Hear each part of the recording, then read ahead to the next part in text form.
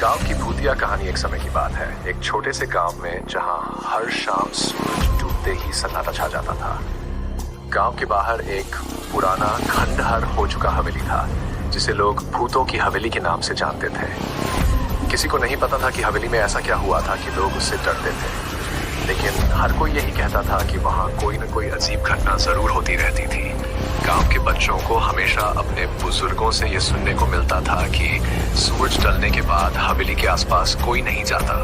कहा जाता था कि रात होते ही हवेली में अजीब अजीब आवाजें आने लगती थी, कभी किसी के रोने की तो कभी किसी के हंसने की। एक बार गांव के 4 दोस्त अजय, विजय, सुमित और राघव ने फैसला किया कि वे उस हवेली की सच्चाई का पता लगाएंगे। एक रात जब पूरा गांव सो रहा था, वे चारों दोस्त चुपके से हवेली की ओर चल पड़े।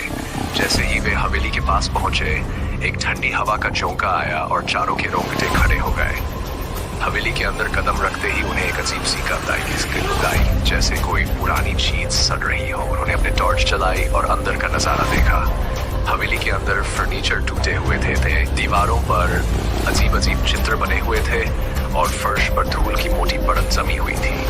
वे धीरे धीरे आगे बढ़ रहे थे कि अचानक एक कमरे से किसी के चलने की आवाज आई।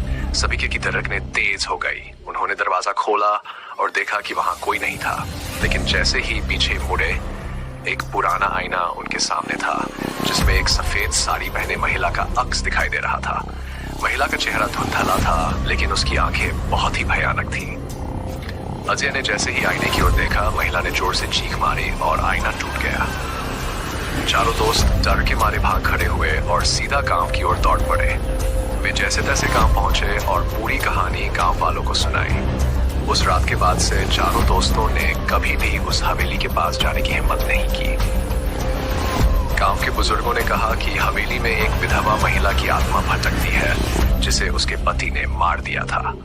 तब से गांव के लोग हवेली से दूर रहते हैं और सूरज ढलने के बाद किसी भी हाल में वहां नहीं जाते।